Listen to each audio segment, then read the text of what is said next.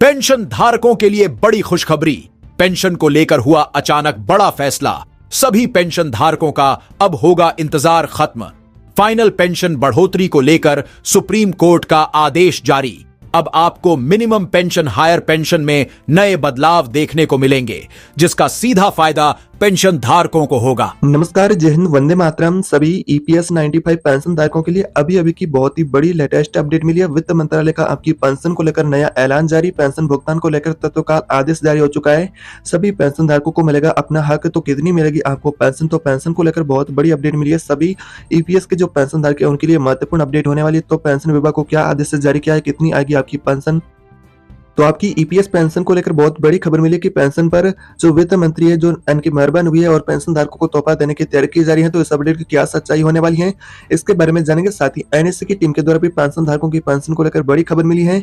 NSC की team के द्वारा पेंशन से हुई मुलाकात और पेंशन धारकों को क्या आश्वासन दिया गया है, उसके बारे में जानेंगे। और फिलहाल कमांडर अशोक रावत हमारे साथ लाइव जुड़ चुके हैं और पेंशन से जुड़ी तमाम जो महत्वपूर्ण जानकारी उसको अभी जानेंगे लाइव कमांडर अशोक रावत से कि पेंशन को लेकर इस अपडेट की पूरी सच्चाई क्या होने वाली है, कितनी पेंशन मिलेगी, कब मिलेगी और आखिर आपकी पेंशन को लेकर ये अपडेट बताई जा रही है उसकी पूरी सच्चाई क्या होने वाली है। तो इस वीडियो को ध्यान से देखते रहिएगा। चैनल पर पहली बार आए हैं तो चैनल को सब्सक्राइब कर दीजिएगा, बेल आइकन को भी ऑल पर प्रेस कर देना है ताकि आपको पेंशन से जुड़ी इस तरह की जानकारी महत्वपूर्ण आपको मिलती रहे। चलिए जानते हैं आगे की जानकारी कमांडर अशोक रावत से लाइव।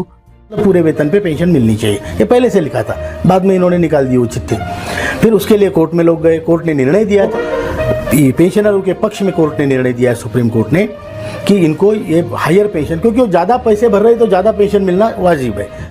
तो आपकी पेंशन को लेकर सबसे पहले महत्वपूर्ण ये अपडेट मिली है कि सुप्रीम कोर्ट ने आपकी पेंशन की बढ़ोतरी को लेकर जारी किया आदेश। ऐसी जानकारी मिली है कि आप सभी के पेंशन की राशि उसमें कई गुना की बढ़ोतरी होगी, इस तरह का आदेश सुप्रीम कोर्ट ने जारी किया है। तो सुप्रीम कोर्ट के इस आदेश की क्या पूरी सच्चाई होने वाली है? क्या सुप्रीम कोर्ट के आदेश के अनुसार आपको पेंशन कितनी मिलेगी?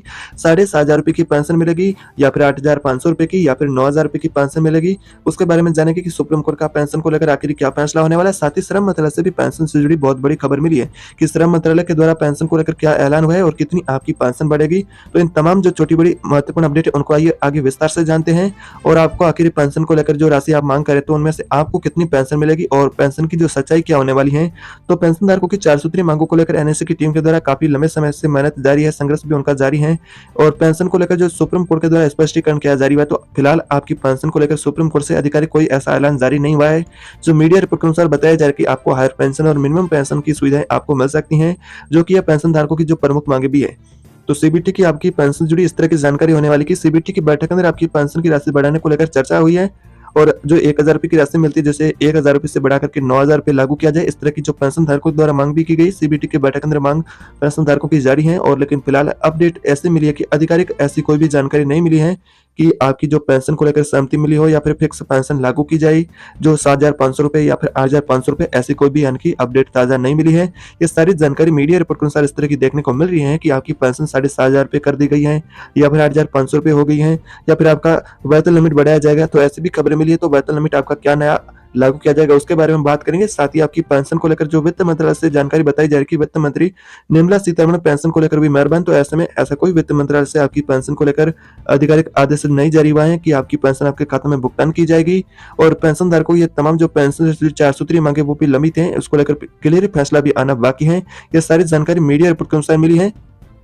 अब बात करते हैं कि एनएससी की टीम के द्वारा पेंशन धारकों की पेंशन को लेकर क्या यानी कि मांगे यानी कि एनएससी की टीम से पेंशन धारकों ने रखी है और पेंशन धारकों से मुलाकात एनएससी की टीम की हुई, जिसके अंदर पेंशन धारकों ने क्या क्या यानी कि पेंशन को लेकर कहा है। कमांडर अशोक रावत को एनएससी की टीम को आइए जानते हैं जो गरीब बूढ़े पेंशन धारक है उन्होंने जो पेंशन को लेकर क्या मांगे रखी गई है। अगर बात करें तो असंगठित क्षेत्र के जो कामगार पेंशन धारक उन्होंने अपना दर्द को बताए हुए यानी कि जो पेंशन धारकों ने दर्द को बताते हुए कहा है कि जो असंगठित क्षेत्र में कामगार जो पेंशन धारक जो रिटायर्ड होता है, सेवानिवृत्त होता है, तो उसके बाद उसके पश्चात यानी कि पेंशन धारकों की कमाई का जरिया कोई भी नहीं होता है, सिर्फ पेंशन ही कमाई का जरिया होती है।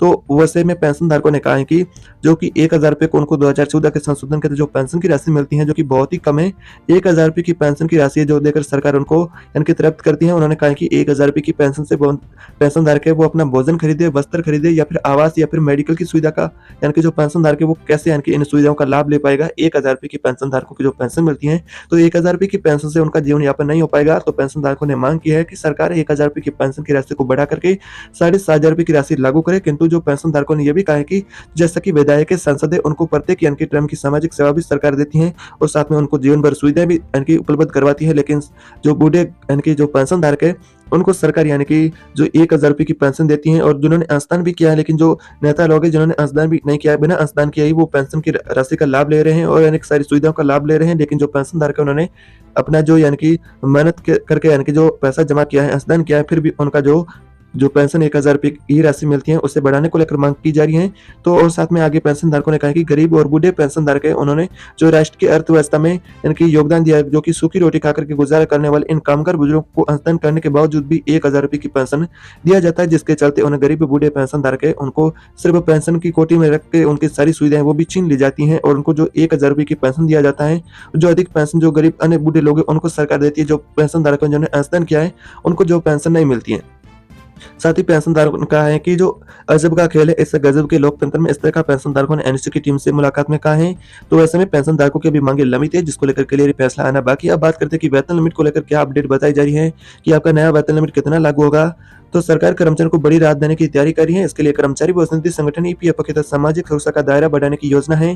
तो इसके पीएफ खाते में जो आपका योगदान जाता है, जिसमें न्यूनतम वेतन आपका 15,000 रुपये लागू है 2000 यानी कि 14 के संशोधन के तहत, अब उसे बढ़ा करके 21,000 रुपये किया जा सकता है। इसको लेकर भी चर्चा हो रही है। तो प्रस्ताव पर दोबारा चर्चा हो रही है। तो दोबारा चर्चा करने के बाद नया वेतन लिमिट लागू करने को लेकर बात की जा रही है।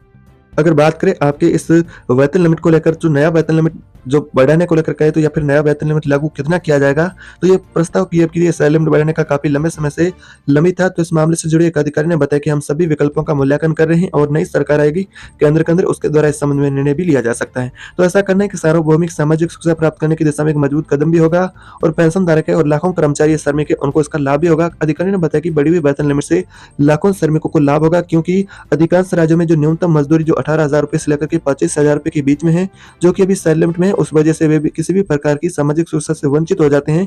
तो 2014 के बाद एक बार फिर से आपकी जो वेतन लिमिट में बदलाव किया जा सकता है, लेकिन कंफर्म अभी तक नहीं हुआ है कि वेतन लिमिट 21,000 पे ही वेतन लिमिट नया लागू किया जाएगा या फिर वेतन लिमिट खत्म किया जाएगा। सिर्फ चर्चाएं हो रही है कि वेतन लिमिट आपका बढ़ाया जाएगा, लेकिन कंफर्म नहीं किया गया कि 21,000 रुपए का ही वेतन लिमिट बढ़ेगा। तो 21,000 रुपए की वेतन लिमिट को लेकर पेंशन धारक मांग करे, लेकिन ईपीएफ ने और सरकार ने इसको लेकर कोई फैसला अभी तक जारी नहीं किया है कि नया वेतन लिमिट लागू कितना किया जाएगा, जिसके अनुसार पेंशन धारकों को पेंशन मिलेगी। अभी 2000 यानी कि 14 के संशोधन के तहत 15,000 रुपए की जो सैलरी लिमिट लागू, उसके हिसाब से आपका कितना योगदान होता है। तो 12% का आप योगदान करते हैं, जिसमें से 8.33% कर्मचारी पेंशन योजना में जाता है, शेष 3.67% जो कि पीएफ खाते में जमा किया जाता है। तो आपका कितना फायदा होगा अगर देखा जाए आपका नया वेतन लिमिट 21,000 रुपए लागू होता है, तो कर्मचारियों की जो पेंशन की राशि पर क्या असर पड़ेगा और आपका पीएफ में कितना योगदान होता है 15,000 रुपए के हिसाब से लिमिट से और 21,000 रुपए की लिमिट होने से कितना होगा। तो अगर बेसिक लिमिट आपका 21,000 रुपए लागू किया जाता है, यानी कि 21,000 रुपए हो जाती है, तो कर्मचारी का पीएफ में योगदान है जो कि अभी वर्तमान में देखा जाए तो 2,520 रुपए आपका होता है, जो कि 21,000 रुपए की वेतन लिमिट से होगा। अगर 15,000 रुपए की वेतन लिमिट से पहले से देखा जाए तो 1,800 रुपए होता है। वही नियोक्ता भी इतना ही योगदान करेगा, जैसा कि 1,749 रुपए पेंशन खाते में जाएंगे और शेष की राशि जो 771 रुपए वो पीएफ खाते में जमा होगी। तो इस तरह की आपकी पेंशन को लेकर मीडिया रिपोर्ट के अनुसार बताई जा रही है कि वेतन लिमिट भी आपकी बढ़ सकती है, लेकिन कंफर्म अभी तक नहीं किया गया कि वेतन लिमिट कितनी बढ़ेगी। ये सरकारी अधिकारी ने बताया है और आधिकारिक ईपीएफ से ऐसी ऑफिशियली घोषणा अभी तक नहीं हुई है कि नया वेतन लिमिट 21,000 रुपए ही लागू किया जाएगा या फिर वेतन लिमिट कितना लागू किया जाएगा। तो वैसे में ये पेंशन धारकों के द्वारा मांग की जा रही है। ईपीएफ ने ऐसा कोई फैसला जारी नहीं किया है। बात करें ईपीएस पेंशन को लेकर, तो ईपीएस पेंशन की बढ़ोतरी को लेकर भी फिलहाल कोई फैसला नहीं जारी हुआ है कि आपकी वेतन लिमिट बढ़ेगी, पेंशन मिनिमम 7,500 रुपए होगी, 9,000 रुपए होगी या फिर वित्त मंत्रालय का ऐलान हुआ है। तो ऐसे में कोई भी किसी भी यानी कि सुप्रीम कोर्ट से इस तरह का कोई पेंशन को लेकर ऐलान अभी तक नहीं जारी हुआ है। सारी जानकारी मीडिया रिपोर्ट के अनुसार बताई जा रही है। तो इस तरह की आधिकारिक जैसे अपडेट पेंशन से जुड़ी आपको मिलेगी तो यहाँ पर चैनल पर सबसे पहले आपको देखने को मिलेगी। तो ऐसी और नई वीडियो के लिए चैनल को सब्सक्राइब कर दीजिएगा, बेल आइकन को भी ऑल पर प्रेस कर दे ताकि नई वीडियो सबसे पहले आपको देखने को मिले।